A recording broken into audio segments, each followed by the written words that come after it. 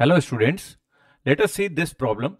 This problem is from Pathfinder Physics, right? So this problem involves concept of radiation pressure. What this question is saying here that there is a source, an isotropic point source of total power P. What does isotropic mean? That it is radiating power in each direction with equal likelihood, right? So it is radiating power in all the direction uniformly, and there is a lens, and this lens is especially designed such that it does not absorb any light, it does not reflect any light. All it does is that all the light that is going through this lens is getting refracted, and after refraction it goes towards the right, parallel to this principal axis, right? So all the light rays are actually going towards the right, parallel to the principal axis. So you can say that the source is at the focus of this lens, right? Something like that. Okay, so now we have to determine the total force that this lens experiences because of this radiation pressure, right? There will be some minimal force because of the radiation pressure, because you know that light in terms of you can think of light in terms of photons, right? So if the photons are going in this direction, right, from the source, the photons must be going straight, and after the refraction they are going towards the right. That means their angle is changed, that means their momentum is getting changed. So of course this change in momentum will result into some kind of force upon this lens, right? So how do we determine this force? So first of all, let's imagine a hypothetical sphere whose center is at point S and whose radius is equal to this distance. The edge of this lens and the point S, the joining line of these 2 points is equal to radius of that hypothetical sphere. So we will understand why I am doing that. From this sphere, photons are emerging in every direction. If we think in terms of 3 dimensions, so in the 4 pi steradian solid angle, photons are emerging in all the directions. So let's say that small n number of photons are emerging per unit time or in 1 second, right? So small n number of photons of wavelength lambda are emerging from this source. Out of that n, a very small amount of photons must be going through, let's say, very small solid angle d omega, right? So what how do should we take the element on this sphere?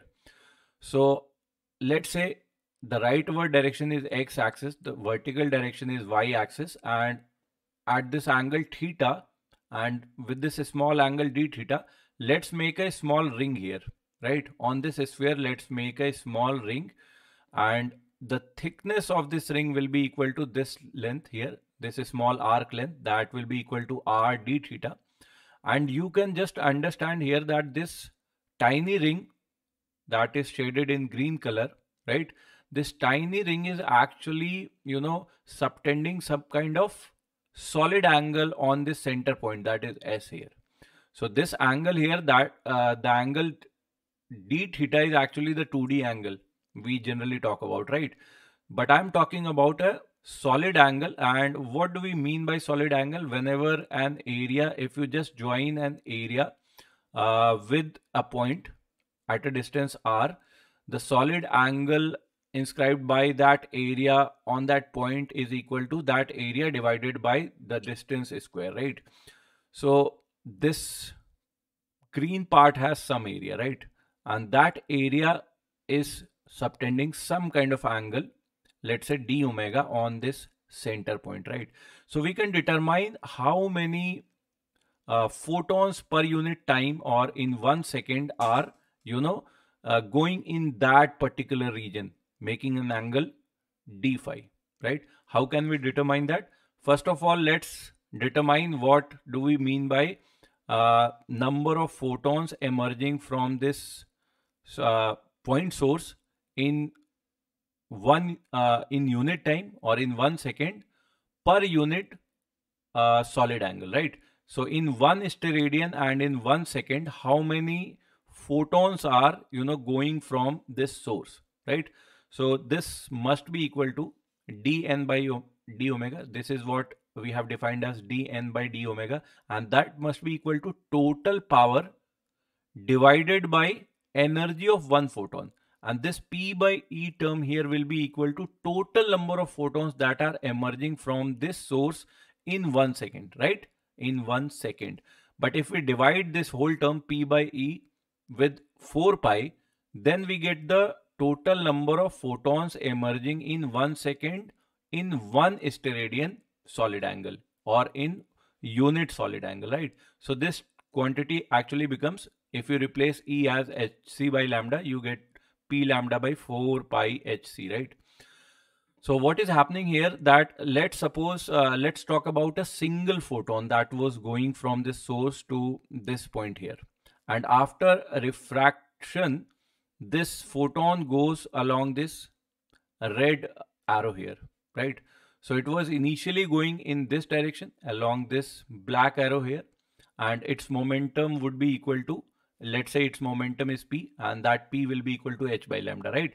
So initially its momentum was along this direction, and finally its momentum becomes along this direction, right? So this is what is happening right now. So let's first determine the solid angle subtended by this green part here. The solid angle subtended by this green part here will be equal to area of this ring, the green part, divided by r square, the radius of this ring, right?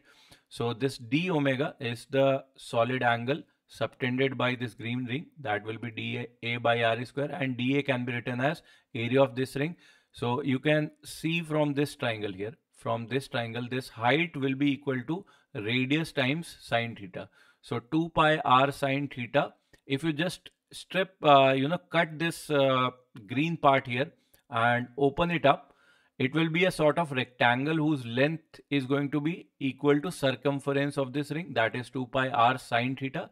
And if you just multiply it with its width, that is going to be this arc length here, and that is r d theta. And using these two, we get the value of d omega, right? So let's first talk about only one photon, how much momentum is getting transferred from the refraction of just one photon, right? That should be equal to, here the sequence is somewhat different.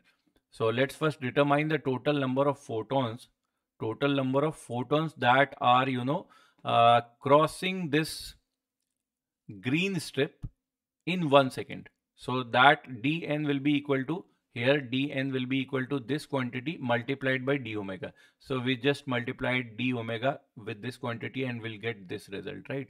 And let's now talk about momentum transfer due to only one photon. That will be equal to, one photon was having momentum p, and it was going in this black direction, black arrow direction, and then it changes its direction along this red arrow, right? So the change in momentum will be equal to, force, right?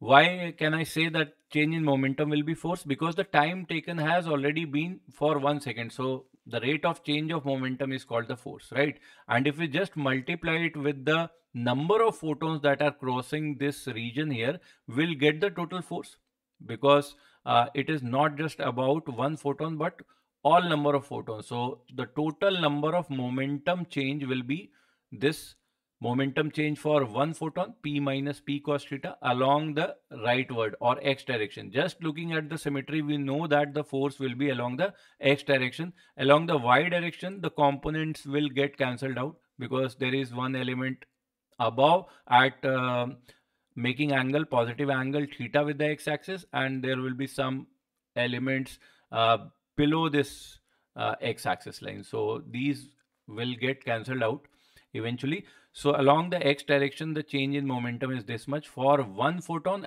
and if we just multiplied the total number of photons in 1 second that are crossing this region only, we can multiply here dn, and we can just substitute the value of p as h by lambda, and we'll get this dF equal to this much, right? And if we have to determine the total force that is applied on this lens, we have to, just integrate all of these values, because all of this force is along the x direction, so we can just integrate it. And if we integrate and we take the limit from 0 to theta naught, what is theta naught here? If you see the lens here, the lens is extending from the angle, right? The first element here would be this part here, the theta will be 0, and if we just keep on increasing the value of theta, this black arrow will somehow come at this point, right? The edge of this lens here, and at that particular moment the angle subtended will be equal to theta naught, right? So from 0 to theta naught, and we'll just integrate it here, and that is where I've shown you the theta naught. So this height is r, this base is d, so of course the hypotenuse will be d square plus r square. So we get the values of sine theta naught and cos theta naught, and we'll just substitute the values here for values 0 and theta naught, and we can just substitute the value of cos 2 theta as 2 cos squared theta naught minus 1, and if we just manipulate the values from here, we'll get the resultant force along the x direction as p by 2c and this much, right? So this is all about this question.